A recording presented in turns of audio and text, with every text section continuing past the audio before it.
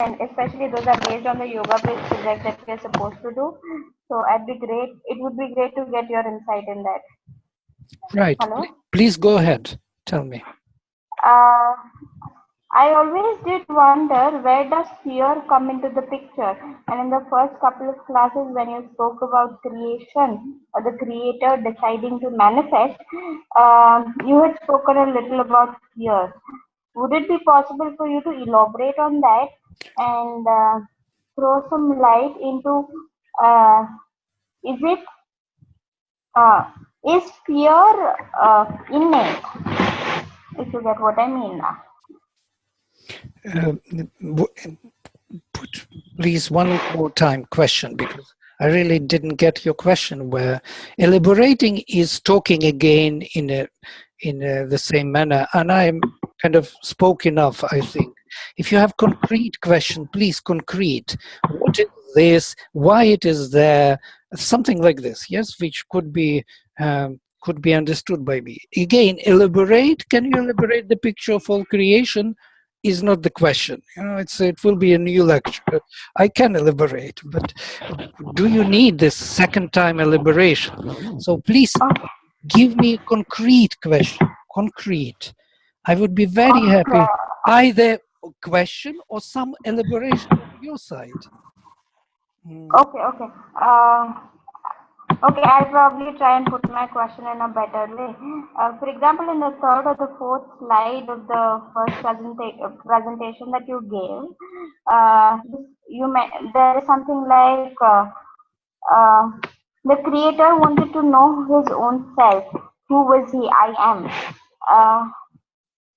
And he was alone and he was not happy. But if he didn't have a sense of self, would there be a question of who am I? Oh, well, just imagine for a second that you alone are, yes, alone, and there is nobody else. And you say, I am, and then there is nothing else in this world except you. So what you can say is, I am I. Yes, you cannot say, I am something. You cannot say, I am the creator, because there is no creator. You cannot say, I am. Okay. Creator is because there is a creation. If there was no creation, there wouldn't be a creator, right? Yes, and there is no other name. There is nothing to identify with. There is no other being except yourself. So you can't say, I am a teacher, I am a student, I am a father, I am a mother. You cannot say I'm a son, because there is nothing else except you. So you say I am, but there was no other name to say except you yourself are. Yeah.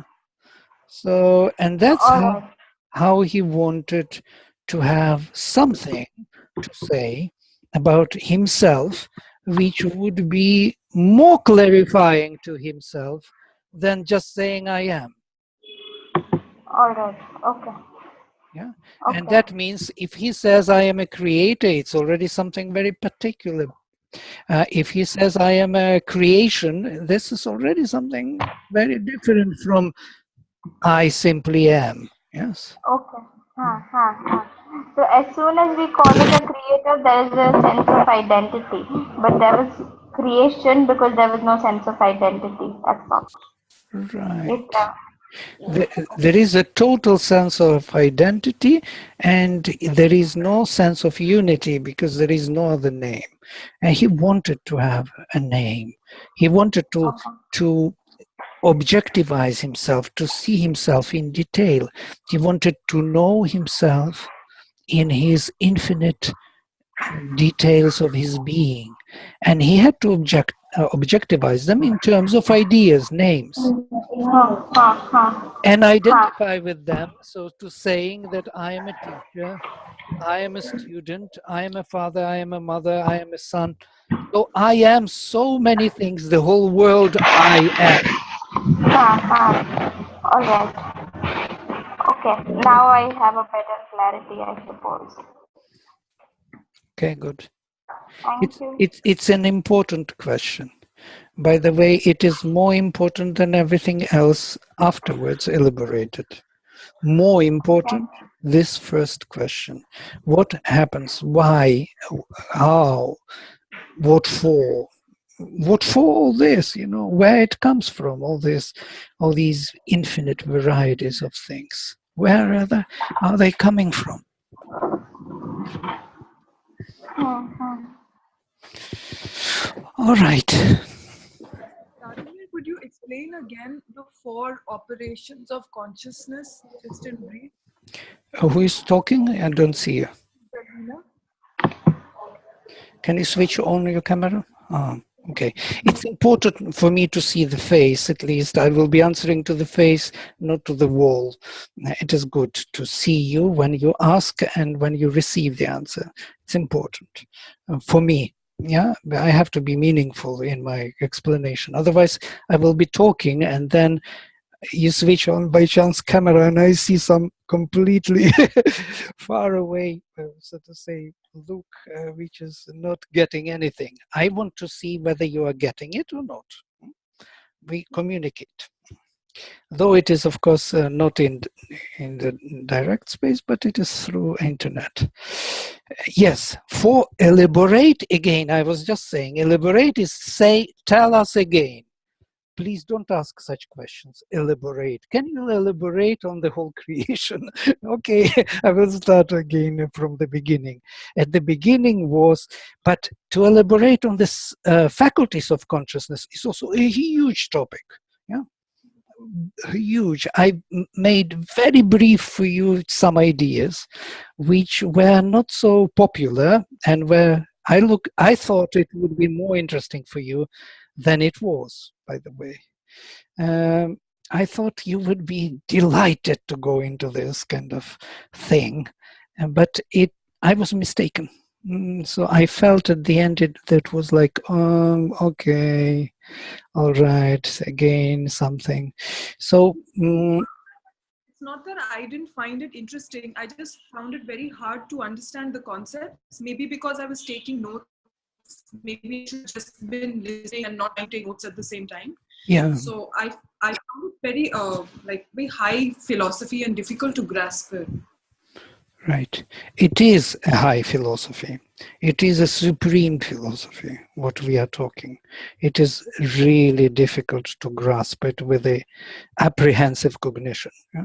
With a cognition which wants to put everything into the shelves and have it, yeah? Put into the pockets and reveal it. There is no way that it can be achieved this way. It's a comprehensive cognition. You have to understand, not to apprehend. We are appealing to the comprehensive cognition. You will have to involve yourself, your consciousness, and try to figure out yourself. You will have to see it for yourself. It's important. That means we will have to do the work. 4 operations of consciousness, about which Aurobindo speaks in his Kena Upanishad, the secret operations. They're happening simultaneously. I give you the examples if you want, many of them. The comprehension, the hearing, and the word as an expression of the comprehension, of the understanding, follows the apprehensive action, usually follows. For example, we see the thing, and then we understand what we see. We see first, and then we understand. The understanding follows with delay. Do you agree with this? Yeah. It is not simultaneous. It is not immediate. So you first see, and then there is a friction of a second, or sometimes few seconds, or sometimes few minutes, you know. Sometimes even, you know, the half of your life you will not understand what you saw, but you will comprehend at the end and say, now I understand what it was. Yes. So the delay can be a friction, usually it's a friction. We see, we immediately recognize, oh, it's a light, it's a lamp, it's a cupboard. But when I say it is a cupboard, I have to say to myself as if that it is a cupboard, otherwise I will not know what it is. So the saying to oneself in one's own mind is that delay of comprehension. You see the thing, you will not figure out what you see. You know, you have to say to yourself. Maybe you're not saying through the lips, but in your mind you do this operation of comprehension, saying to yourself that this is it. And then when you say it is a mouse, so many things immediately becoming kind of clear to you. Yeah? That this is a mouse and computer operation, and you remember all the activities with the mouse. So you are totally charged with comprehension. But seeing was only a trigger of that thing, memory, and that complex of actions and ideas and history, which is not visible here, historical development of this device, history of its usage, and even future usage of it. Everything comes through comprehension, not through seeing the object. So this is the difference between comprehension and apprehension, which are always in this kind of relations. Comprehension is delayed, coming after the apprehensions. But could be, or for example, you are coming to some new place and the tourist guide brings you to the sightseeing and you see the castle, you see the old tables and weapons and so on. You see everything and the guide says nothing. You read no word, you read no introduction, you just see things and you do not know what you see really. Then the tourist guide tells you that, you know, in 16th century there was a king named this, it was his place, he had a queen, he had these wars. He explains all the things, how they relate to those historic events, and you start comprehending, you start understanding what you see. So this is the difference between seeing and hearing. Hearing brings to you the meaning of what you see. Yes? So, is the first one samajnana, like This is comprehending, and then comprehension is the other three, or like a combination of the other three? Yes, they are all simultaneous, of course, but with a delay. With a delay because we have to explain it to our surface consciousness, and that is the delay. In our inner self, these are simultaneous. The comprehensive and apprehensive two faculties. The apprehensive in bringing and atsamjnana and outgoing prajnana, holding the image of things to know. So we concentrate on the thing to know it, yes? And notice, even in Samadhi, you studied Yoga Sutras, it is all about concentrating on the object of things, yes? On the image of things.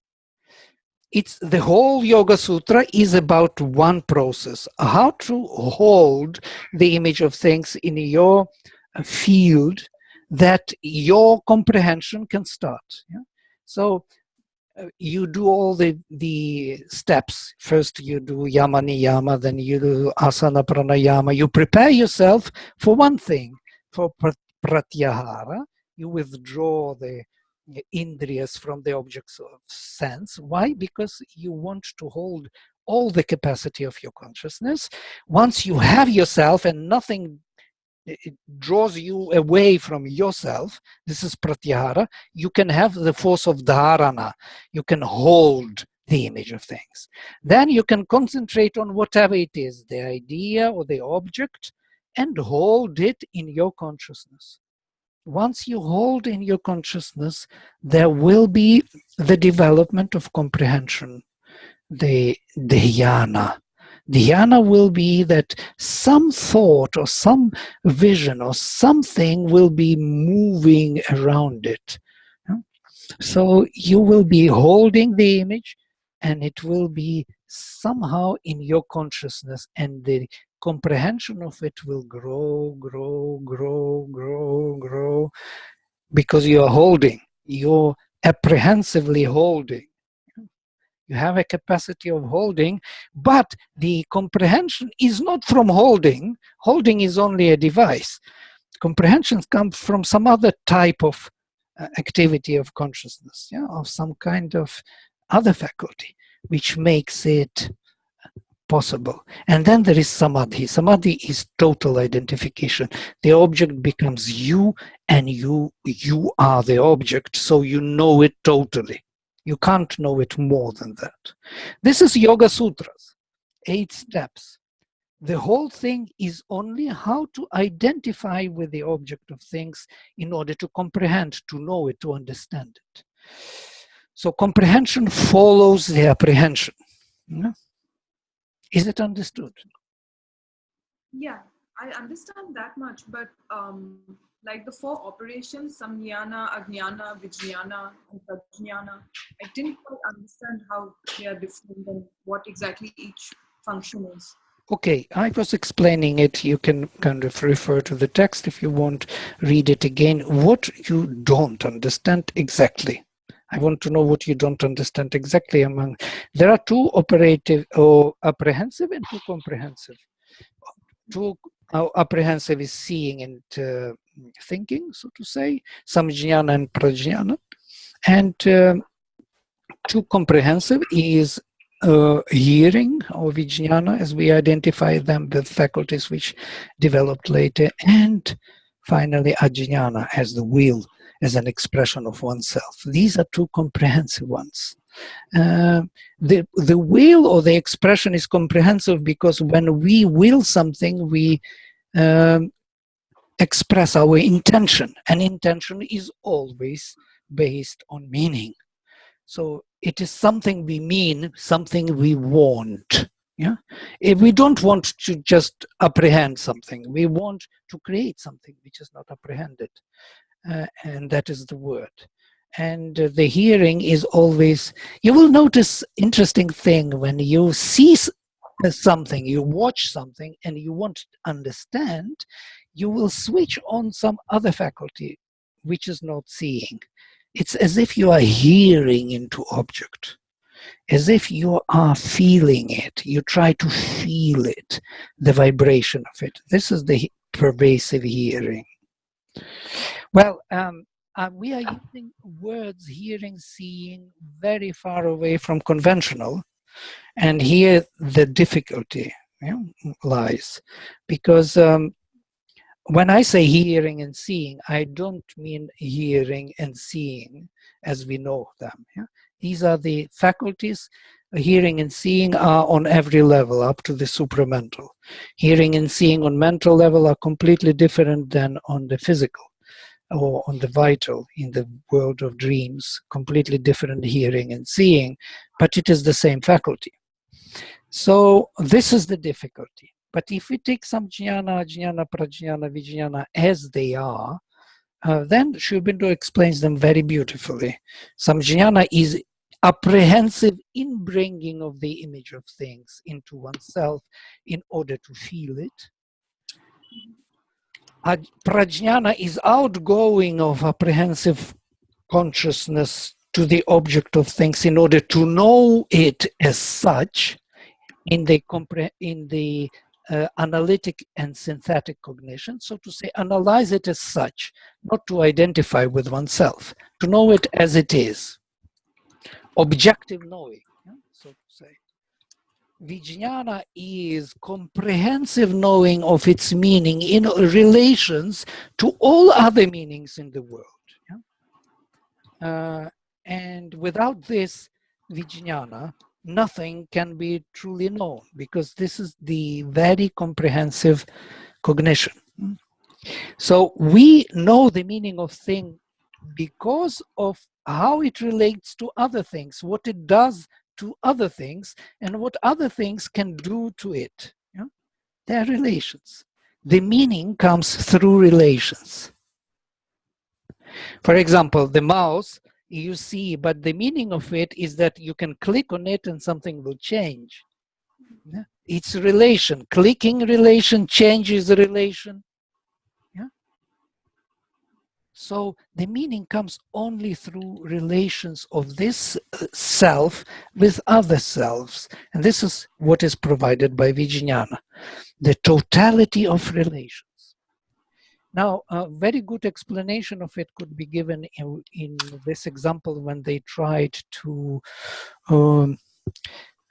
create artificial intelligence for the computers. And they tried to explain what meaning is of the thing. And the computer was asking, for example, you say, the book is a thing. Computer immediately asks, what is a thing? Okay, the thing is an object or something. What is an object? What is something?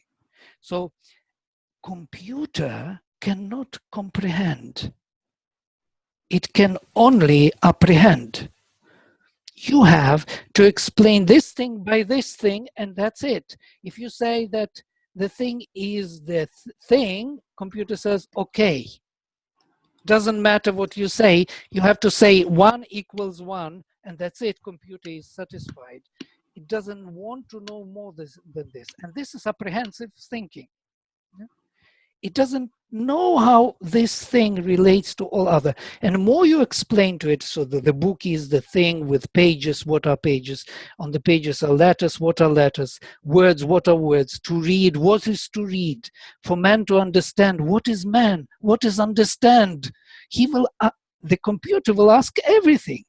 So the more you explain something, the more it asks to explain. It cannot comprehend. And it is a very good example for you to think the difference between apprehensive and comprehensive cognition. We can comprehend. For us, anything in this world, if I say this, or a book or a man, is the whole world in this particular focus. Yeah? And all the relations of man to the whole world and universe, everything immediately comes in this package. We don't unpack it, we don't need to, yeah? But it is there present, it is implied, and this is comprehensive cognition. This is the Vijnana. So Prajnana is the apprehensive thinking consciousness, and Vijnana would be the comprehensive. Right. And so Samjnana would be seeing, Prajnana apprehension. No. Prajnana is seeing, Samjnana is holding or thinking, Vijnana is hearing, that pervasive knowing of relations in time and space. And notice, in time and space, this is an important addition of comprehension. It is comprehending the thing, what you don't see. It goes beyond this particular event of seeing. It goes beyond in space, and it goes beyond in time. It goes beyond in time also, to the past and to the future. So before seeing and hearing, there is some jnana which is thinking. Well, you see, when we say thinking, seeing, it is very relative terms. I'm just telling you that our faculties of consciousness did not appear from nothing. Yes, they have a prelude to it, the higher operations of consciousness, which are simultaneous, and they kind of reflect a particular quality in themselves, which these 4 secret operations have. This is my thought. It's a complex thought. It's not a simple one. It's not a direct identification, prajnana, seeing. No, seeing is that particular essential, irreducible quality of prajnana, which was exercised in this quality of seeing, in this faculty of seeing. That's what I want to say. But can you imagine that there will be comprehension followed by apprehension? Not in the opposite way. It's a good question to you back. Comprehension followed by apprehension. Right. Not in an ordinary way. We first see and then we understand what we see. But we first understand and then we see. Is it possible? At a higher level or at a... Any level. Ordinary. At an ordinary level? Perception, no? Perception, you already have certain ideas, and that is... Perception, you have to have apprehension first. You can't perceive things without apprehending them. But Zalina, you wanted imagination? To say something? Yeah, imagination, good. Imagination. Zalina, you wanted to say something a few times. Yeah, related to imagination, like conceiving an invention and then actually inventing it so that it can be apprehended by the senses. But when you invent, you already have many apprehensive perceptions. You have things which you combine, you have ideas which you combine, you already have apprehending certain things with which you build something. But you have an idea what you want. You don't see the form. You are right. But in an ordinary life, suppose you are walking on the street of Delhi, suppose, yeah? And then suddenly you think about some friend, yeah? And from the corner he comes or she comes. Oh, I just thought about you. This is comprehension followed by apprehension.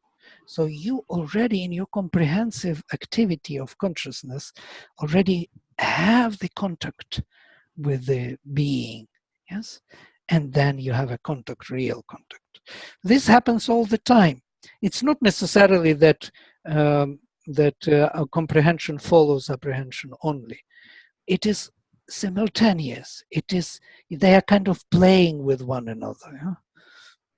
And that's how our consciousness works. It would be very interesting to collect more examples of what is first and what is second and how it is. It would be an excellent exercise. By the way, maybe somebody of you will do it. And for the psychologists, it would be kind of a new field of research. Anyhow, it's a good idea. Very good questions. I'm glad that you asked, because talking one way is not enough. Today I was complaining that I don't have interaction with you, and now we started to have interaction. I'm glad that we do it.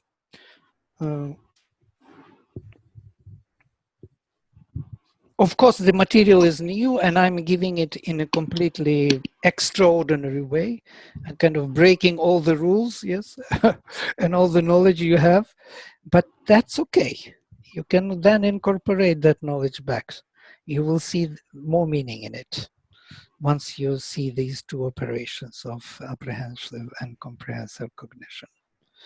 I will go through your presentation again after what you have said now and try to understand it better. Please do. You will enjoy it. Yeah, you will enjoy Sri Aurobindo's quotation, especially where he explains how it works. And by the way, there are more quotations in the Kena where he gives many examples of these things. For example, he speaks about the girl who is cleaning in the house of some scholar who is reciting some gibberish, some texts which she cannot comprehend because she doesn't know the language, but she hears, she apprehends, but she doesn't comprehend, she doesn't understand. But he says, if we would put her into the hypnotic state and ask her to repeat the text, she would repeat it with perfect precision. Because her deeper mind, deeper consciousness attends to everything what was done there in a perfect manner, stores it, and we can draw out of her all the knowledge of that moment of time. You see, and that is, he shows how it works, how prajnana, how samjnana works in this case, how vijnana, what vijnana does. He gives the list of things, or he takes the nature, where the beetle is being attacked by the insect, which wants to make it food for its these offspring. So it attacks the beetle in such a way that it puts its sting into the beetle in a very particular manner. Into only one place the sting has to be put in order to paralyze the beetle. Otherwise it will go.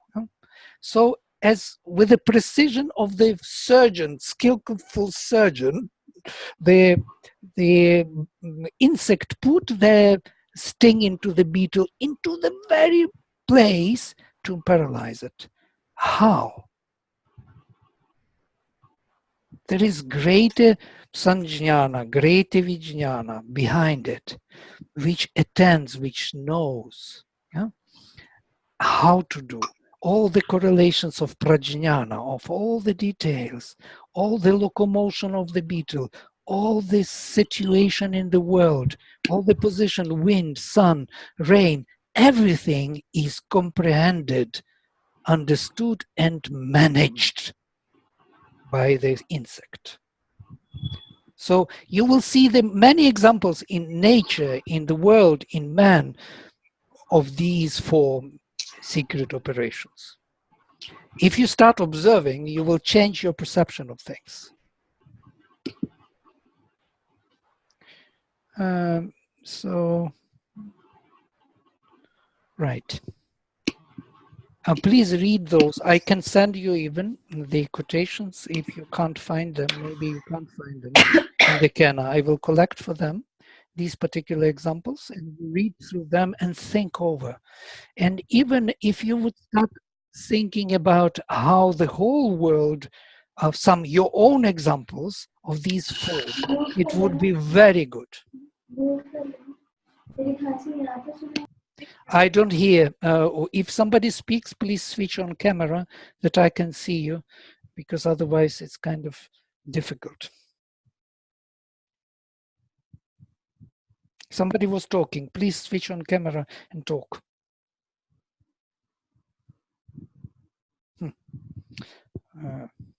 Now nobody is talking.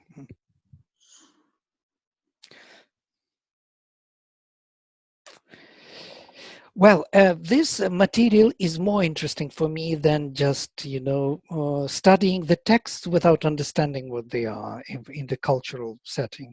I was always looking for the knowledge in these texts, and they have knowledge which we can use today. It's relevant today. It's meaningful. Yes, it's not just the religion that you have to believe and follow by belief. It's also good to follow religiously, but it's not good enough for me. I want to see how it works, yes, what they really meant. And these things are there. And without Sri Aurobindo, it's quite difficult to get them, yes. Because Sri Aurobindo is very precise. He has this yogic, psychological mentality. He is not a religious person per se. Yeah? He is not just doing the religion. He is more the scientist himself. Of course, he was a great figure in the religious sense also, but he never considered it to be so. That's why we can't make him a religious figure up to now. He kind of prohibited that direction of thinking, although there are people trying to make him a religious figure. He is rather a poet and rishi. He is the knower of things, and he can teach us how to know, how to understand the world. Teach us in terms of tools. Yes, what tools should we have to start doing it? That's what we are learning from him, and Upanishads and the Vedas. Actually, his interpretation of the Vedas and Upanishads is the most meaningful. Now I can read Vedic and Upanishadic texts, finding meaning in them for myself. Not just reading because they sound beautifully and say something which I can't understand, but now I even can understand what they say. And I would suggest if you go that way, you would enjoy these scriptures because they are profound and they were meant to be used. not just to be there to worship, to put the book into the corner and worship it. No, they were meant to be read and understood. Right. Navni. Hi. Where does, for example, when you identify with your psychic being, so where does that come into comprehension and apprehension? Right. Is that not something knowledge by identity? And that's also feeling, I thought. Very nice. There is a very interesting thing following, which we didn't finish. Maybe I will make a projection and finish the presentation, because this would be the answer to your question. Where is psychic being in all this? Whether it is there at all. One second, I will open the presentation and we will go to it.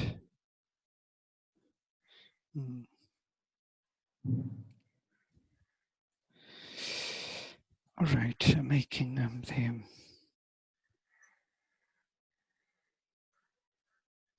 Here, you can see it now. There's our presentation on the faculties. And here I was mentioning on Adhyatmic level, Adhyatma epistemology, that there are two major approaches to the studies of the self. In terms of operations of consciousness, which we already did, the samjnana, ajnana, vijnana, prajnana.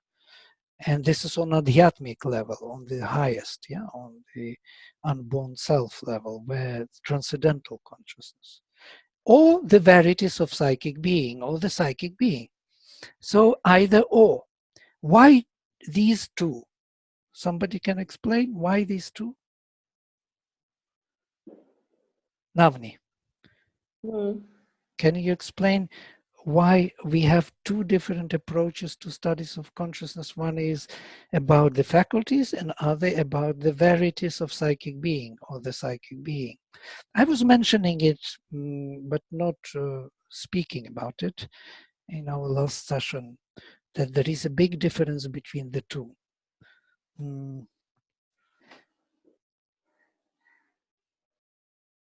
Somebody, some thoughts? Even mistaken thoughts are good. Any thought. Why there are two? Faculties are faculties. Seeing, hearing, apprehending, comprehending is not I have psychic one, being. yeah. I think, I don't know, this kind of sounds stupid to me, but maybe because hearing and seeing and all of this, I feel like it's going that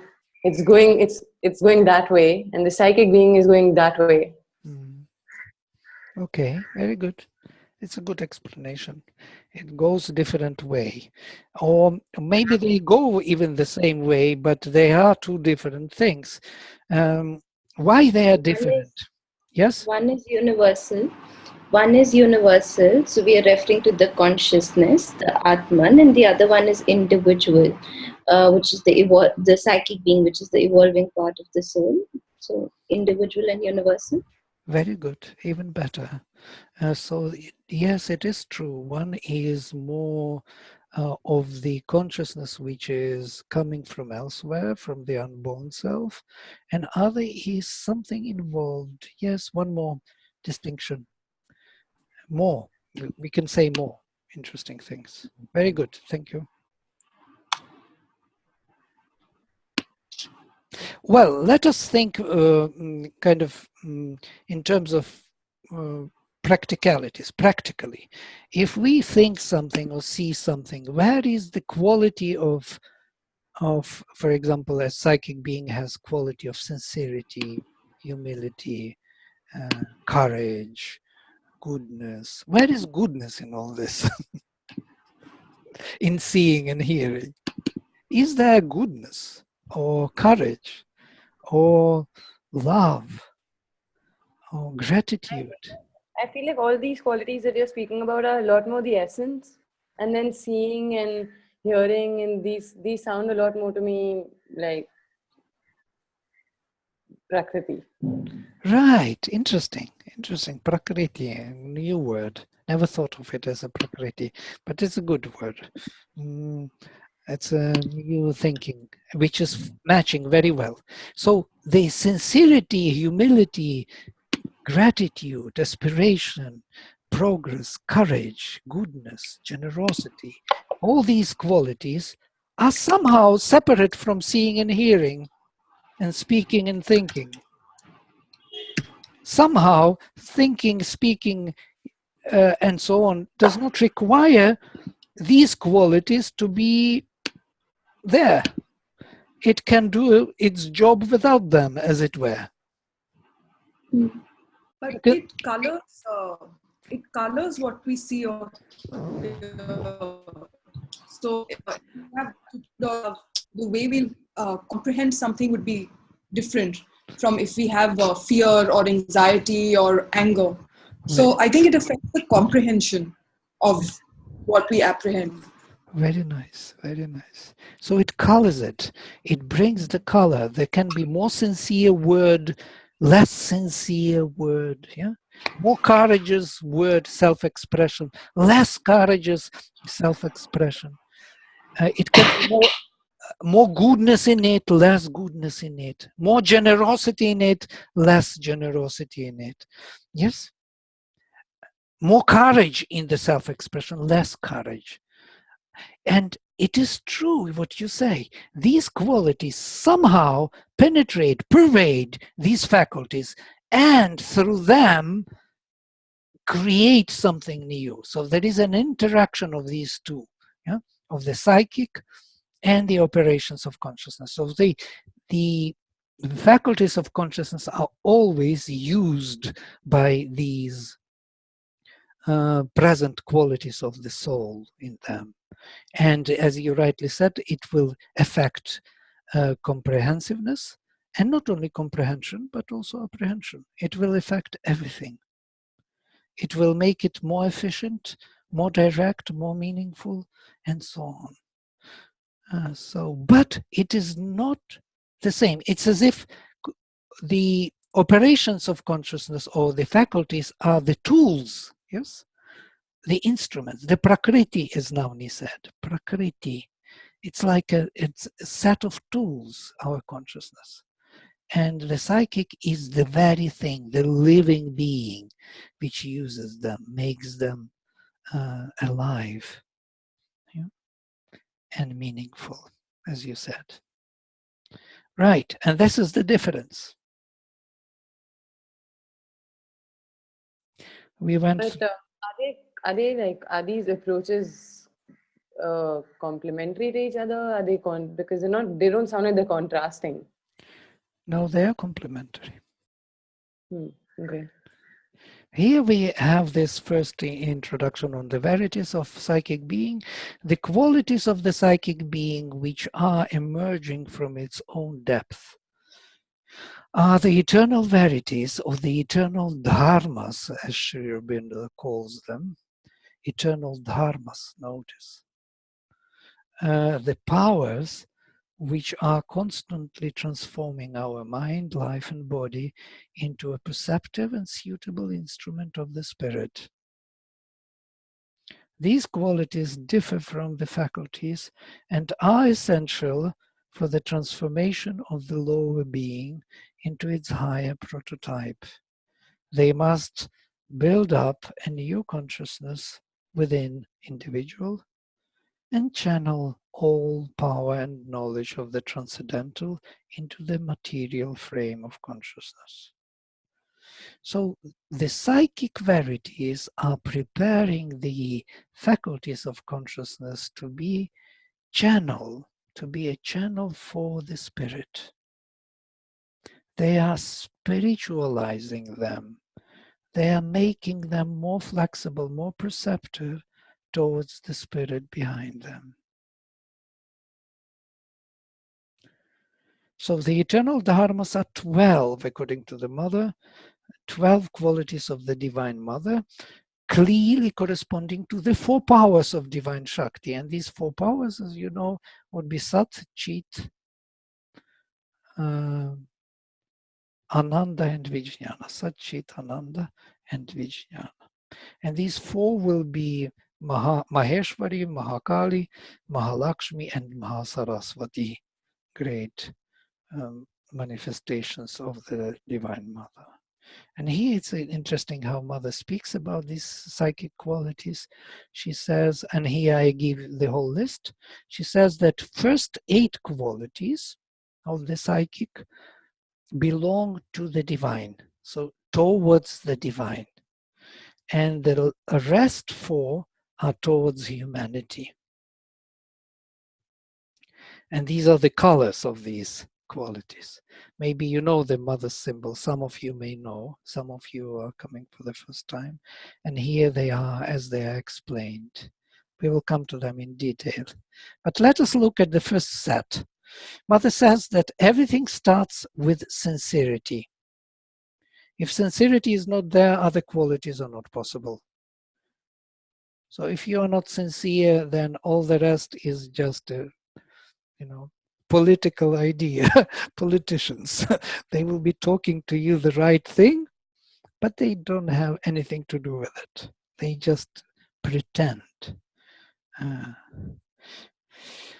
So sincerity is that recognition, as Mother says, of the divine being.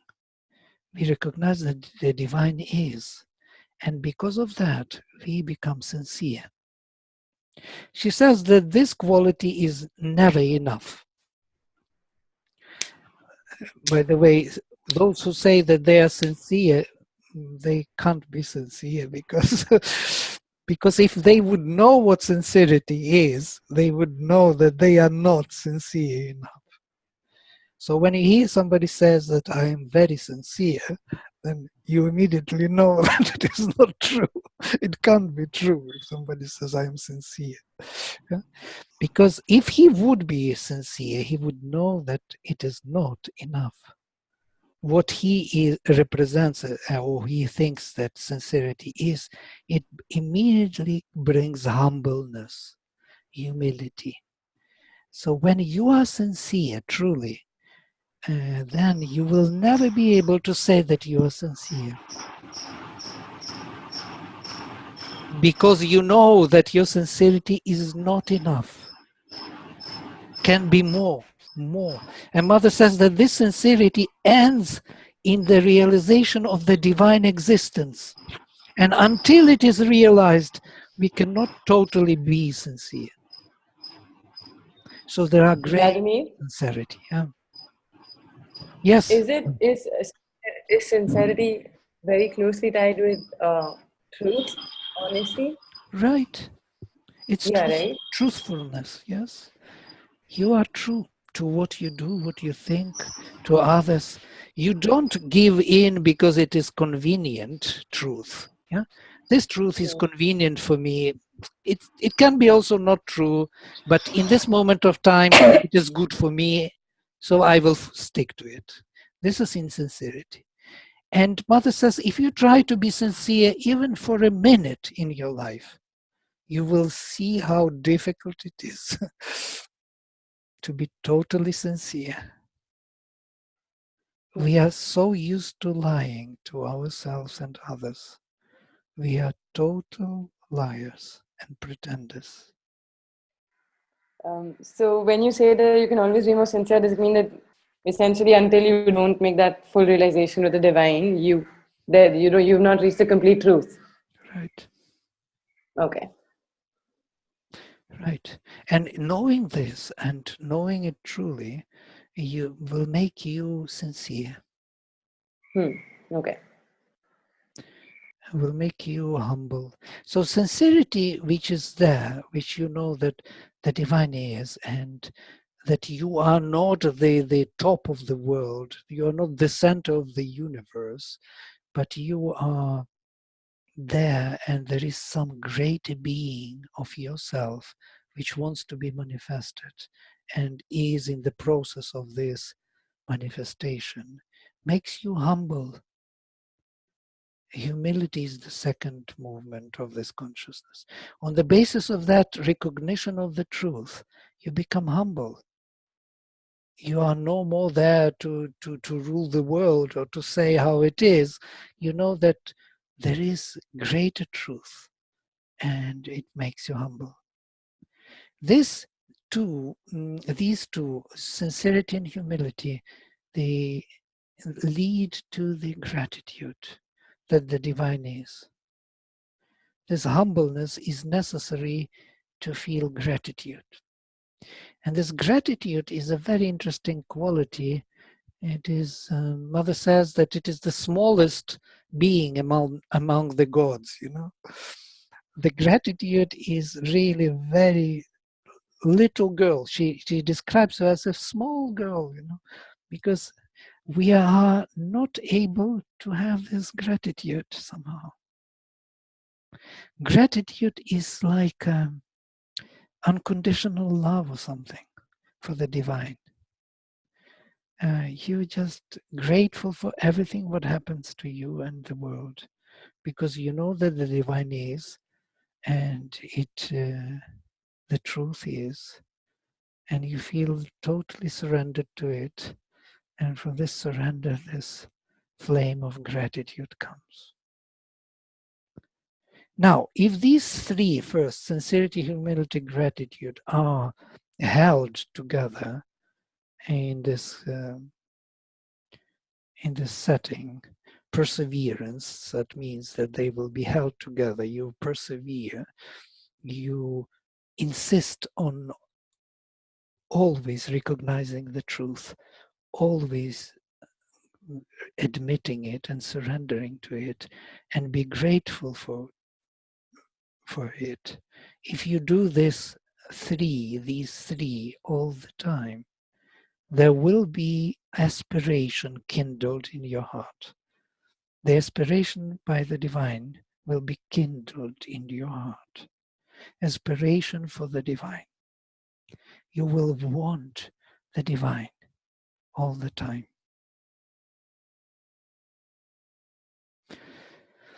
And this will lead you to receptivity. You will see the divine here and there, everywhere, in every being, in everything, in yourself and others. But isn't as some sort of aspiration required even before one sincerely pursues of the path? One sincerely starts. It's a good question. We will hold on to it. But let us go through this once more, one round, and then we come back. All of them are kind of turning wheel, but everything has its own. How would you aspire for something if you were not sincere? The question is very simple. And if you didn't recognize the truth, and if you were not grateful to it, how would you really be aspiring?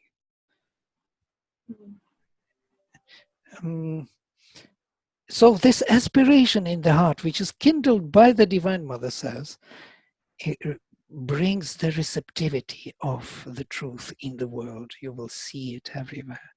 And it will open you the progress, the path. You will see the path which is to be walked, which has to be followed. You will see, as it is described in the Rig Veda, the dawn comes, and it is like from on the path, there are many dawns that stand on the path, like the poles of light. You see them on the path as measuring the path. From here to there, I have to go from there to there. So you will see the whole picture of your development, progress.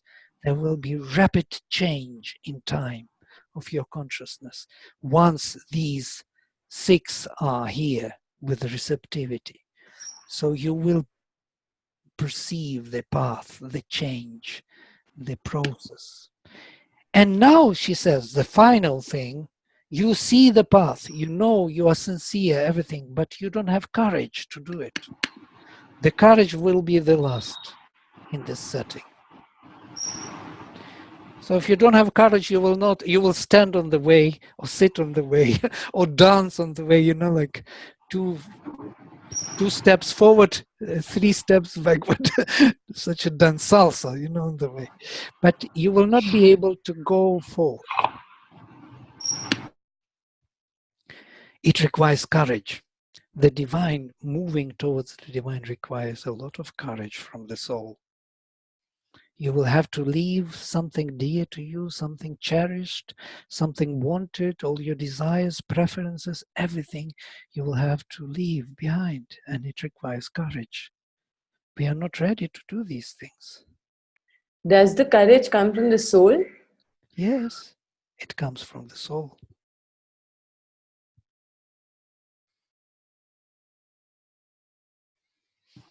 And courage And is... that's because the soul is eternal and fearless. Right. The soul is fearless. It has nothing to fear. But it needs courage to realize the divine. You will have to do things which you are not ready. And it will drag you and your psychic into some kind of conditioned love, as we are all in this conditioned life, in this conditioned way of thinking. We are all, you can see, just look at your life and you will see immediately all the conditions you have put on you and expectations of others, parents, family, friends, so on. Now, these 8, and there are 4 towards humanity, and these are goodness. You may have all of them and courage to go the path, but to go on the path, but you don't have the goodness towards people, and you are not generous, suppose, and you are not, don't have equality. You cannot accept everyone. You accept only your elite, your friends, others you don't accept. You like these, you don't like those. Or you are disturbed, you don't have peace enough to hold on to the path. And these 4 qualities are also necessary to manifest the soul in the world. So all these 12 are necessary to manifest the psychic being in the world. We had once a project in Auroville, which Kiri Joshi started with us. We had we were compiling different stories to educate these psychic qualities in children. So we were compiling stories from different myths and historical events showing 1 or 2 qualities. So what is real courage, what is real goodness, and so on. Because we as human beings have to learn these qualities. We have to really exercise them in order to change our life, our faculties of consciousness. And it's interesting. Suppose you have all the qualities, but you don't have goodness enough. You are not good towards others, towards other human beings. You are very judgmental. You are very severe with people. You don't have goodwill. You are not always supporting in them the best what they have. You are criticizing their bad qualities instead of supporting their good ones. And you may collapse on the way. You will not be able to manifest your inner being. Or you are even good towards us and have goodwill, but you're not generous enough. The knowledge you received, you cannot give to others. You keep it for yourself, or money, or something. So you cannot give with happiness. You will give with sorrow. And this is also a quality which will diminish you and make you stand inside, not come outside. Or you don't have equality. You're not accepting everybody equally. You like certain people, certain you don't like. You don't see in them all the divine presence. You understand what it is about, yes? That these qualities to manifest require also these 4. And let us look at the colors and the correspondence of these 12 qualities to to different aspects of the Divine Mother. It would be very interesting. Look, sincerity and humility belong to Maheshwari. Do you see the picture, by the way? Yeah. Yeah. Sincerity and humility, blue and deep green, belong to Maheshwari. Exactly that power of vastness of the self, of the being. That's why Mother says that sincerity belongs to the divine existence. Maheshwari represents the divine being. The central qualities of Mahalakshmi are perseverance and aspiration. Notice. Holding and aspiring. Of Mahakali, progress and courage. Vladimir, Yes. can I please remind the participants to put the speaker on mute? There is some unmute and I'm not able to hear you clearly. There is some typing coming in. Yes, please. Yes. Sorry. Yeah, thank you.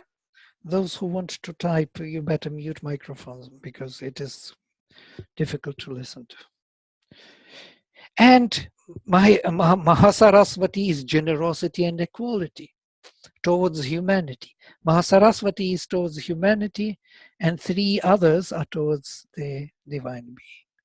And more interesting, even not the central qualities, but those transitional ones. The gratitude is between Mahalakshmi and Maheshwari. Look, receptivity between Mahalakshmi and Mahakali. Goodness is in between Mahakali and Mahasaraswati, and peace is in between Mahasaraswati and Maheshwari. This is the picture which you can meditate upon and discover a complete truth of the highest possible psychology. This is the future psychology. Everything is in one side. All the qualities we have to manifest ourselves in the world, our deeper self. And they are given in colors. And that is also interesting. The whole spectrum. Vladimir? Hello? Yes. Yes. Yeah, like you were giving the quality of Maheshwari as vastness. Can you also put light on the other three powers?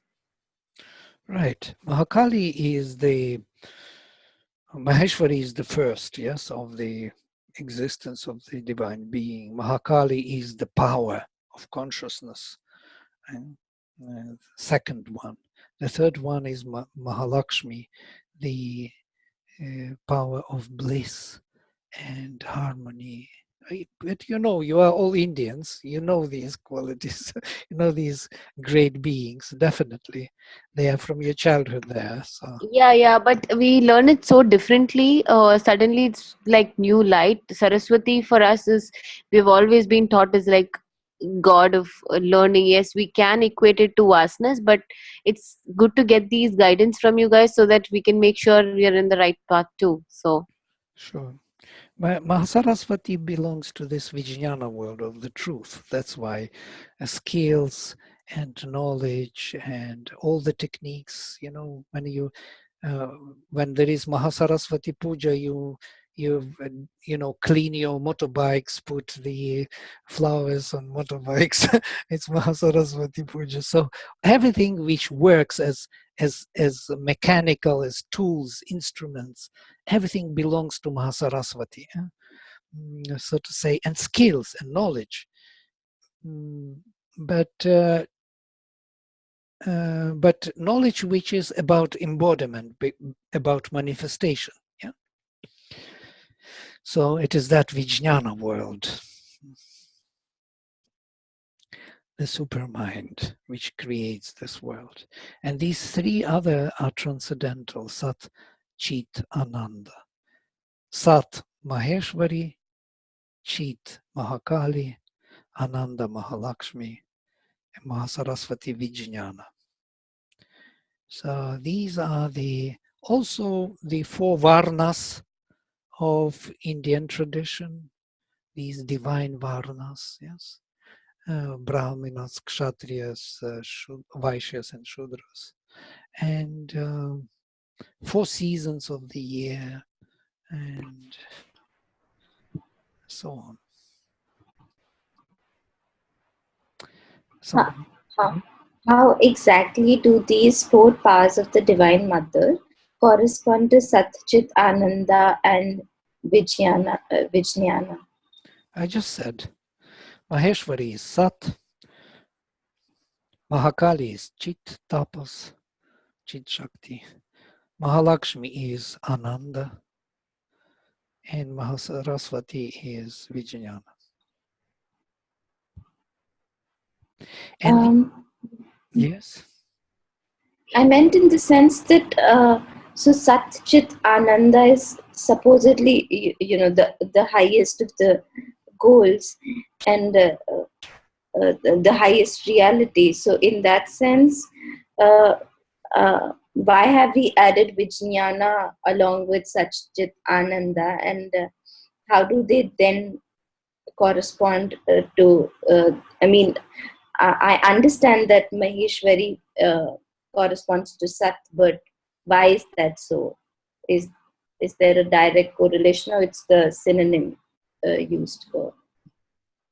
You are talking about Mahasaraswati, why Mahasaraswati is Vijnana added to Sachitananda, yes? Vijnana world is the world which projects Sachit Ananda into our world. Yes, it is in the Vijnana all these Sachit Ananda are being formed and reformed and create the world as we know it, yeah, manifested. So Mahasaraswati embodies actually all of the other powers in herself, truly, and projects them into the world, or makes the world out of them, if you like, in this skillful way. So it's Satchitananda along with its manifestation that makes the complete whole. So right.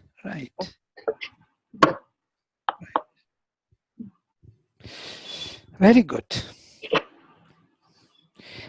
We were compiling for several years everything what Mother and Sri Aurobindo said on these qualities, and it was a very good compilation. If we read with you, I will give you at least a gist of it, some kind of 10 pages of these qualities with references, so you can read for yourself and think about these qualities. I think they are very important for us as human beings. You can see them already, you can understand what kind of importance it has. And you can see immediately the difference between this approach and the approach to the faculties of consciousness. You can see the difference, yes? So the faculties of consciousness which we studied just before, seeing, hearing, comprehensive, apprehensive movements of consciousness, and these qualities, sincerity, humility. So these are 2 overlapping or 2 coexisting realities which are using one another, or how to say, influence one another, work through one. I think the psychic is pervading and influencing the faculties of consciousness, using them to bring the divine existence of Satchitananda to the front here. And the faculties will be the tools. That's why those who have a very well-trained consciousness and are capable of doing many things are not necessarily the divine beings. There are many Rakshasas. Ravana was very skillful and could do anything. He had a very well-developed consciousness, but he didn't have these qualities. They were hidden, psychic qualities. So training of consciousness is not automatically creating divine beings. It can create very efficient anti-divine beings also, without these psychic qualities.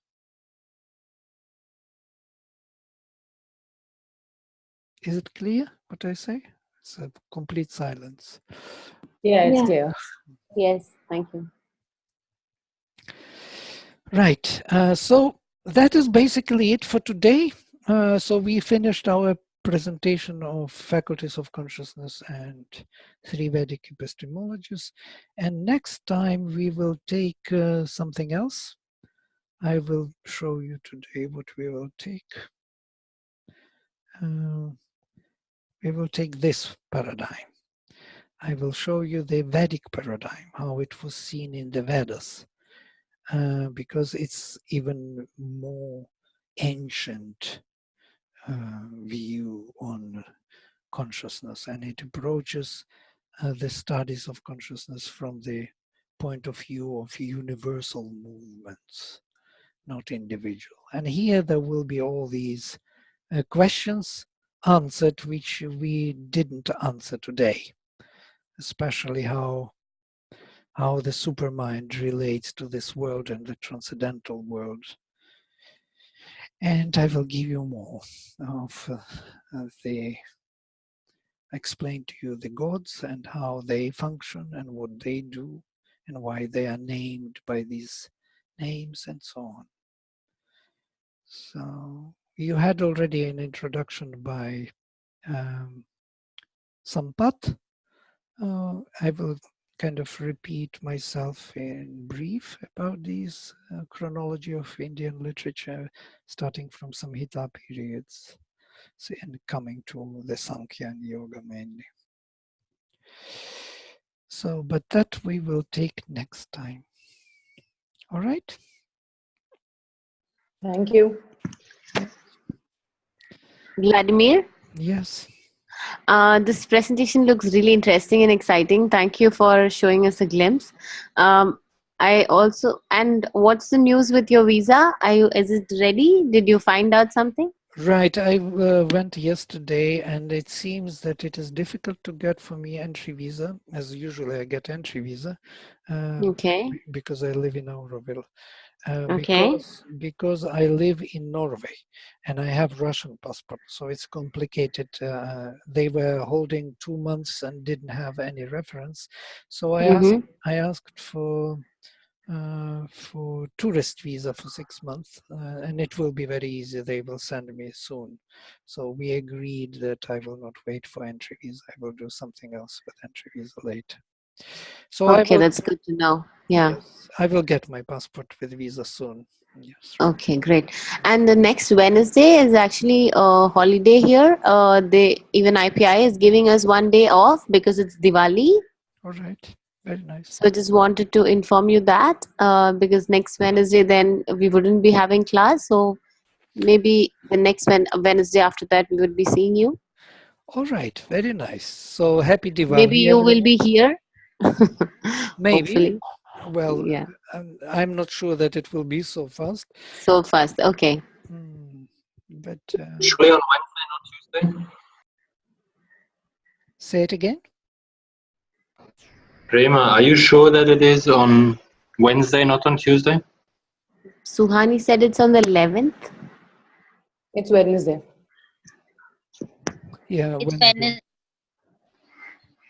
11th is Wednesday. Yeah. Anyhow, we finished very big portion of it. I am very glad. This is the major knowledge which I wanted to give you before coming to the Vedas. And in the Vedic paradigm, of course, everything will become much deeper and will make more sense. And then all these paradigms we will have to overview once more and see the differences and their developmental kind of stages. And shifts of structures of consciousness, because there will be major shifts of paradigms, and we have to see and use all the languages in different structures. It would be interesting exercise, and then it will make you very, how to say, capable of seeing the truth and examining it in different sets of, very ancient structures, archaic, magic, mythical, mental, and so on. You will be able to not to lose the track. That's actually what I hope for. that you will use different languages, and we will be able to see the same phenomena. All right. Vladimir, I have a question. Yes. In this meanwhile, now for the next 2 weeks, so far the things we've covered, especially in the more recent classes, is there some particular text history or windows that could start reading and get more familiar with? You just want to get more into detail, even Right. with the Samhita and all of that. Kena Upanishad, all the notes on Kena, it's a delight. I can send you the more concrete references which you must read to go deeper into the faculties. Okay. Yeah, that would be awesome. Very good. I will do Thank that. you. Okay, guys. Hello, Yes. Vladimir. Yes. On the discussion of the psychic qualities, I just had a doubt on equality, because I happened to read, I don't remember exactly which book, but it was one of the Growing Within or Living Within, one of those, in which Mother has mentioned that sometimes it is okay to that's how I understood it as, it's okay to not be you know in company of somebody, if like, what I'm trying to say is, so with some people, I really, if you don't really get along, or if there is energy drain, or if they are really putting you in a negative mood, then it is absolutely okay to have a withdrawal from them, something like this. I mean, this is not her words, this is what I understood from the reading. I don't remember the exact quote of hers. So how could we fit equality into that? Well, we don't need to fit equality into that. If you are equally kind of accepting all of them, bad and good people, you will not have this relations of draining energy, you know. But if you lack equality, truly speaking, and lack the sincerity and all other qualities, of course you will be drained of energy. And equality, you see, there is one more quality, peace, which is following as a link. Okay. If you have deep peace and deep equality, then I don't think anybody can drain you of energy. It's just not possible. Okay. Okay. Okay, fine. Maybe okay, this is It's only the when you samatva. react, Okay. when you are unequal, you know, when you dislike, when you struggle, when you shrink every time they talk to you, touch you, you know, abuse you. If you are equal, abuse would not take place. It would not be there psychologically, at least. Maybe physically it would be, but Okay. psychologically it would not be there. But we are Okay. talking about psychological, yes. Yeah, yeah. And from physical abuse, you just have to leave. You just go. If you can't help it, you know. If Mm. somebody is physically abusing you, your space, your time, and so on, then you have to drop these people definitely. Okay. Okay, thank you. Yeah, well, And I think the mother gave the advice in the context of growing within. So it's in the process of growing within, she must have said that it is okay to withdraw for some time, which obviously means that you are yet not there, which obviously means that there is exactly, ego and there are ego related problems. exactly. So Okay, thank you, Divyanshi. Yeah, very nice. So, all right, guys. So it's we will close for today if there are no questions, of course, or remarks or some ideas. If you want to share something, you can always also do and say something from your side. What I would like us to do in the next, in the future, that we may do these two projects. One is about psychic being, and you know, examining and learning about the qualities of the psychic, collecting all the quotations. I will send you my quotation set of quotations which I collected from the mother. And second one is on the faculties. I would like us to see them operating in the world, yeah, to observe them. The observation of the faculties may change our perception and will make us aware of many things, what is going on in reality. So these two projects keep in mind, and at the end of our half semester, we will do some kind of presentations about these things, if you don't mind. Do you like the idea? Yeah, it sounds awesome. Yeah. Maybe you have much to do already and you don't want to be engaged anymore or something. But if you like to do this, we will definitely do it. And it could be very productive for us. And maybe even in the future will become your way of thinking about these things. Becoming a psychologist of a real kind, you know, not only a functional psychologist. You know, there are jokes about psychologists, especially psychotherapists, who are, you know, have you seen the movie which is called Freaky Friday, where the mother and daughter, they kind of changed the bodies, and mother happened to be in the daughter's body and daughter in the mother's? Haven't seen Yeah. it? This is the Yes. freaky movie, but there is a very interesting thing because mother was a psychologist and her daughter has to go for these sessions with people, a psychotherapist, and she asks, so what should I tell them? I don't know what to tell them. She says, no way you should tell them anything. You should only nod and ask, and how do you feel about it? This is very good explanation of what psychotherapists are doing. And how do you feel about it? So we will go beyond that level of understanding. We will try at least. It was a joke. Anyhow. All right, so I end for today and see you in 2 weeks with the Vedic paradigm. Thank you, Vladimir. Yeah, thank you guys. See you. Bye.